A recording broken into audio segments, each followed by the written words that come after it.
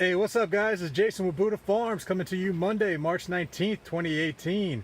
Doing a little bit of work in the greenhouse and the hoop house today. So I just wanted to take y'all along and show y'all a little tip. I apologize for the person. I saw this online somewhere, but it was an awesome tip on a way to save some money on tools. This one tool in particular is really helpful, and I'll have some action shots in a little bit here showing you how it works. But online, and I actually haven't found this in the stores, but online I've seen them go for about 40 bucks, and you can get by for less than $10 on this. So I'm gonna take you down here and show you what this tool is and what I did to make it, and now you can save some money too, guys. All right guys, so this is the tool. This is essentially just a really good long-handled weeding tool. The parts of it are, of course, just an old broom handle, or this is actually a big push broom handle where the actual plastic push broom broke, so I'm using that.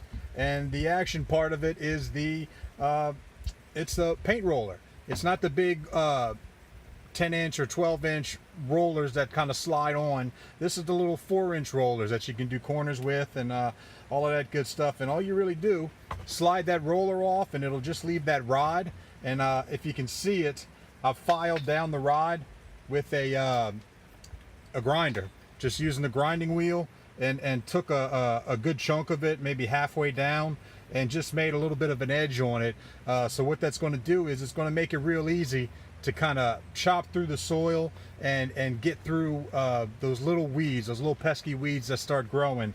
What it also does, since it's smaller and it's not a giant, 5-inch, 6-inch hoe, you can get between the plants a lot better, and it's a lot less chance of damaging the plant or the roots below the soil. So this just will scrape over the top inch or so of soil, take the roots out of those small weeds, bury them under themselves so they'll kill them, and you won't have to deal with them when they get bigger.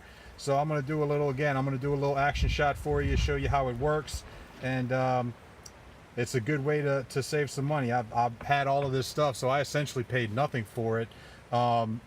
We're using the paint roller, which I think you can get for 3 or 4 bucks, and the broom handle for another 3 or 4 bucks. One little tip is I use the hose clamp. Old hose clamp we had spare laying around.